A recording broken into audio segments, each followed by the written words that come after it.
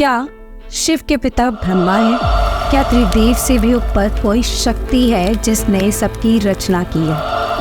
न जाने ऐसे कितने सवाल कभी ना कभी हमारे मन में आते हैं, पर इन सब का जवाब हमें नहीं पता। तो इसीलिए हम आपके इन्हीं सवालों का जवाब देने के लिए लाए हैं हमारी नई सीरीज एनलाइटन राज। इसमें हम आपको बताएंगे मैथोलॉजिकल फैक्ट्स यानी पौराणिक कथाओं के बारे में।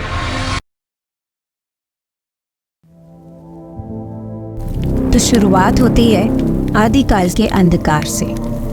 अनंत ब्रह्मांडों तक फैला हुआ ये अंधकार, और इसी अंधकार के बीच सृष्टि की शुरुआत होती है। सृष्टि रचयिता ब्रह्मा, सृष्टि पालनहार विष्णु और सृष्टि संहारक शिव, इन त्रिदेवों की उत्पत्ति कहाँ से हुई?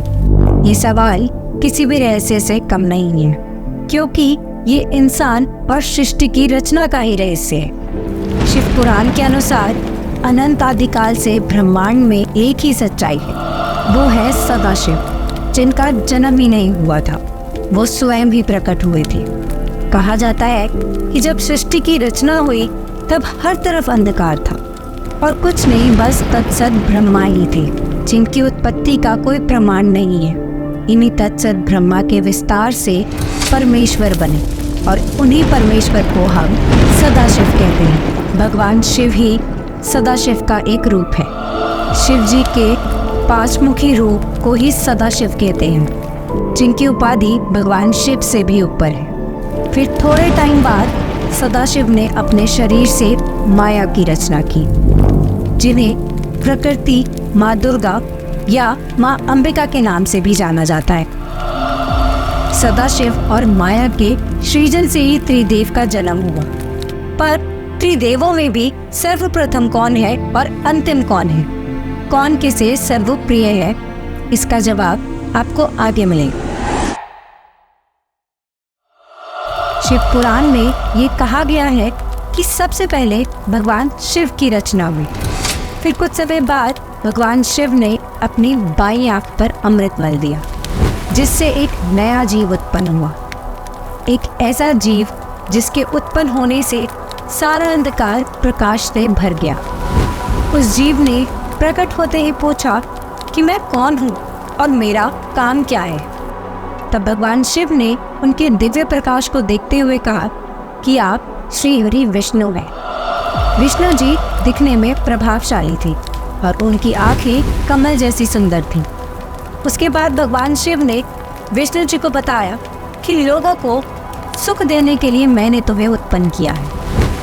इस कार्य के पूरा होने तक तुम घोर तप करो, जिस तप को करने से पूरे संसार में जल की उत्पत्ति हुई, जिससे सृष्टि का संचालन हो। और विष्णु जी क्षीरोदक्षाई रूप में आकर क्षीर सागर में विराजमान हो।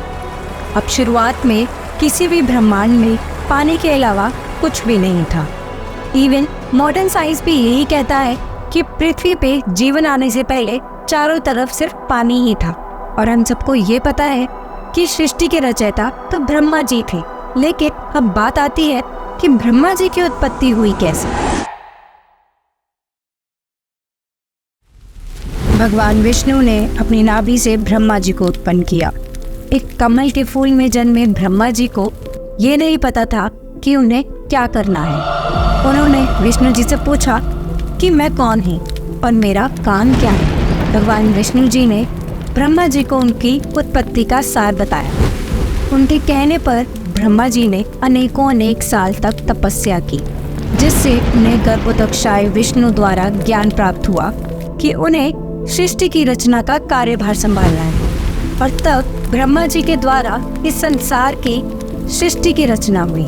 सृष्टि की रचना के बाद ब्रह्मा जी ने अपने 4 मानस पुत्र, जिन्हें 4 कुमार कहा जाता है, उन्हें सृष्टि को आगे बढ़ाने का आदेश दिया।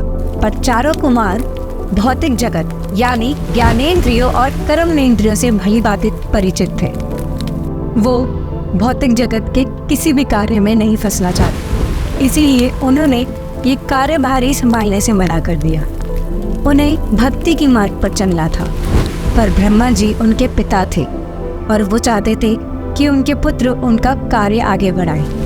लेकिन फिर भी उनकी बात ना मानने पर ब्रह्मा जी क्रोधित हो गए और तभी उनकी दोनों बाहों के बीच में से एक बालक उत्पन्न हुआ जो बहुत रो रहा था। उसके बाद उस बालक ने ब्रह्मा जी से पूछा, हे सृष्टि रचयिता, आप मुझे मेरा नाम और कार्य बताइए।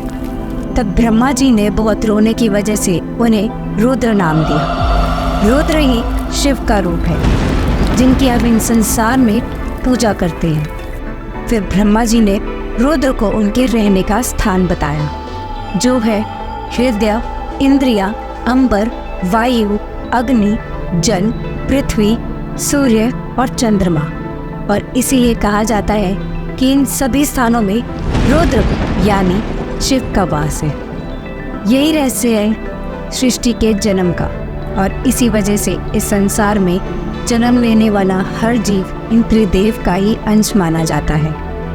भगवद गीता के अध्याय 13 श्लोक 17 में भी लिखा है कि जब परमात्मा सृष्टि को बनाता है तो सृष्टि रचयिता ब्रह्मा कहलाता है। जब वो सृष्टि का भरण पोषण करता है तब सृष्टि पालक श्री हरि विष्णु कहलाता है और जब सृष्टि का अंत करता है तो सृष्टि संहारक रुद्र कहलाता है। यही संसार के निर्माण का रहस्य है।